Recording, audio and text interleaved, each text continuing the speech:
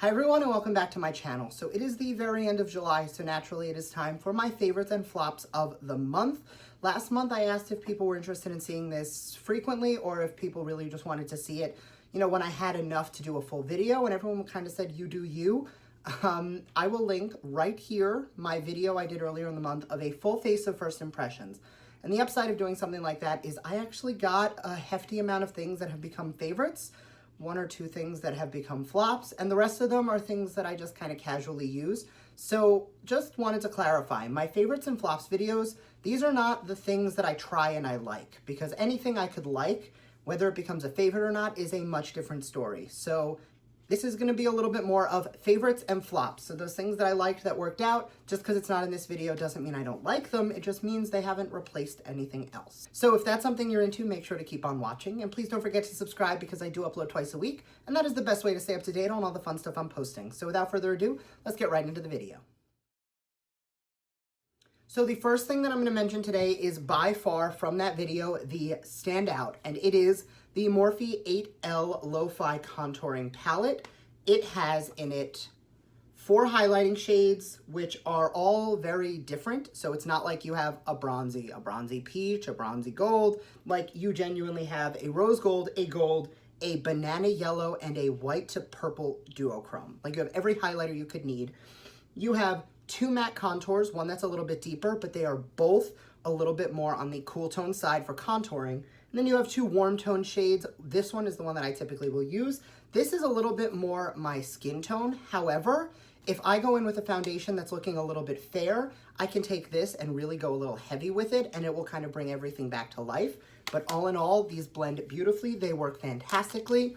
And this makes me very happy because I really don't like only using one thing all the time, and I get it. People are getting tired of seeing my Kat Von D Shade and Light Contour palette because it is a favorite of mine. But since getting this and trying it out, I don't think I've picked up another contouring product since. I'm actually going to power through the items that came out of the first impressions video just because everybody knows what's in that video, and if you haven't, again, I linked it already, but I guess I'll link it again. The next item was the Fit Me Loose Setting Powder. This worked fantastically. I am picking it up in a shade lighter because when I use this to set my whole face, it is a perfect setting powder, but when I use it to bake, it kind of, there's a little too much pigment, so it kind of dilutes any of the brightness. So I can't use it to set the under eye. When I do, I love the way it looks. It's just not bright enough because I got 15 light. So I'm gonna go back and get 10, but the formula of this is beautiful. It is like super velvety and super like creamy. And I get it, a powder that's creamy, it doesn't really make sense, but creamy is the only way I can explain it. Like, almost like cornstarch, like you put it on and it feels almost lubricated. That's how thin it is. The next item is the Too Faced Born This Way Multi-Use Sculpting Concealer. This is the SuperCoverage formula. First thing I love about this is the applicator. It's very similar to the Shape Tape, but you'll notice it has a little divot in it, and what that does is it just holds product, very similarly to the Jeffree Star lipsticks. And that was a tiny dot, and do you see how much coverage you get from this? Like, it is absolutely beautiful. You get full opacity. It does not crease. It wears really well. There's a phenomenal shade range. I am probably gonna get it a shade lighter because if you see, that's kind of a little close to my skin tone. However, it comes with ½ an ounce in here, which for a concealer is huge. So for the price and the quality and how much you get, fantastic. And the last item that's coming out of my first impressions video is the Flower Beauty Seal the Deal Setting Spray. Now, the first thing I love about this is the mist. Like, it is just such a fine mist. And when it goes on the face, it doesn't leave you feeling like super sticky like some of the mattifying setting sprays do. I prefer a refreshing mist as opposed to like a sticky mist. This is a refreshing mist. I did mention in the video I did where I used a full face of makeup my husband picked out, which I will also link right here. And I used this setting spray, well, he picked it out. And I explained that it smells like the Golden Girls mixed with cucumber. Like, it is just that perfect, refreshing, citrusy, cucumbery mix with a little bit of like Coty Airspun and your grandmother. So it definitely has a little bit of like, not old lady, but mature lady scent, but not in a bad way. Like, I don't dislike it, which is really weird. Okay, the next product, this is from Note Cosmetics. This came out of the BoxyCharm this month. It is the Luminous blush in Desert Rose. I have been wearing it since I received it in my BoxyCharm. I've used it in 3 videos already. It is so pigmented. It, like, do you see this? And it blends out really well, but sometimes you gotta like move it around a bit. Like, you can go in with a super light hand. It is so pigmented that you are gonna get full color payoff, and it just gives you such a pretty color. And it's not luminous in a way that it's gonna show off texture, but luminous in a way that it looks like skin. It doesn't look like a tinted eyeshadow. I don't like when a blush is matte and it just looks like a coral eyeshadow. I could get an eyeshadow for that. I like things that have a little bit less opacity and something you can really blend out. You just have to make sure you go in with a light hand, but it looks beautiful. And the last item that is a strict favorite is the OFRA Cosmetics and NikkieTutorials EverGlow Highlighter Wheel. I know this came out a long time ago, but I recently rediscovered it. I was going through my drawers. I am wearing a mixture of these 2 shades today on the cheeks, and like just, I'm barely touching into these, but just to, like, they are so vibrant and so metallic. They're just beautiful. Like, that's the only way I can describe them. I love the colors. I don't really use the coppery shade. However, as an eyeshadow, it is a beautiful base. I did use this as the base shade today, and then I went in with a little bit of a Stila glitter on top, and it is fantastic. The white is beautiful for the inner corner. I love Rodeo Drive from OFRA. Like, their highlighter formula is just stunning. So Nikkie knocked it out of the park with this one.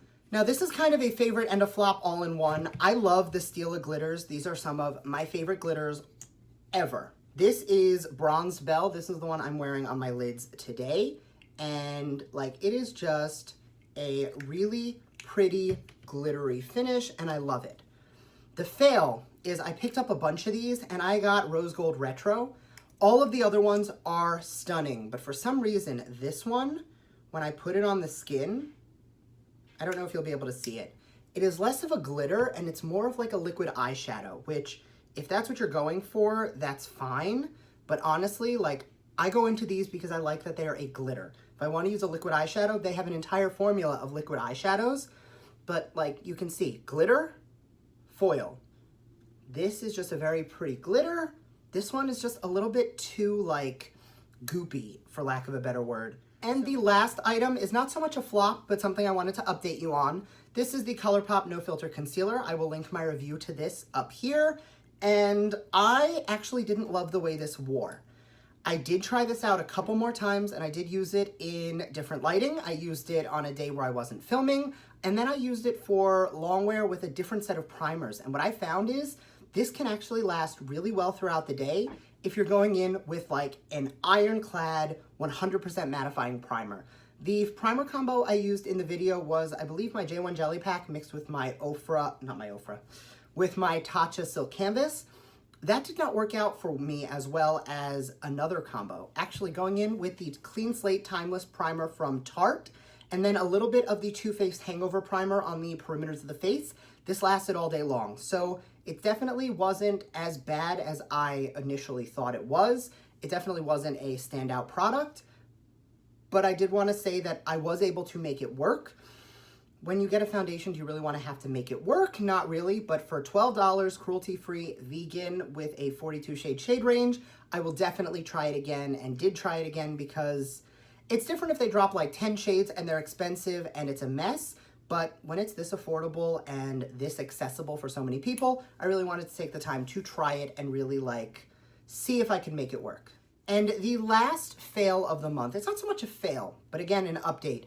I did film and I already posted a video. It was a fail or forgotten video. It was all about products that I tested out that I've had for a while and I've tested and I've used and I've either loved or repeatedly used, but that I hadn't used in so long that I just genuinely did not remember if I liked it or not. So I revisited a bunch of products and there were 2 that genuinely like I had some issues with.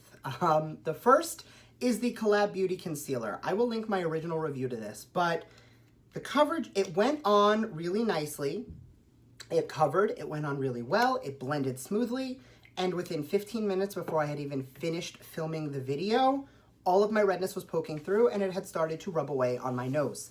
That doesn't work for me. So that was number 1. And number 2, the Kat Von D Everlasting Liquid Lipsticks. Now, I am wearing this one today underneath a gloss. I love this under a gloss. It gives such a nice long-wearing feel. However, for just a matte lipstick, it gets so absolutely dry. So it's not necessarily something that's super wrong with it. This is the shade Ludwig, and it is a beautiful, like, peachy terracotta nude as opposed to like pinky nudes, and this is beautiful. I love the way it looks on my skin tone. It is very similar to Mannequin from Jeffree Star, which I consider my favorite nude of all time. With a gloss on top, it definitely wears a lot better, but it just feels so dry otherwise. So that is it. These are my favorites and flops for the month of July. If you saw anything here that you have and love and I didn't, or you hate and I loved, let me know down below, because I would love to know why it worked for you when it didn't for me, or what you didn't like about something that I raved about, because makeup is so personal. You don't have to love something I do, and I don't have to love something just because you do. There are so many different people with different skin tones, and we look for different things. So I really love hearing what other people like and don't. So make sure to sound off down below with your monthly favorites, and I will make sure to see you next time. Bye.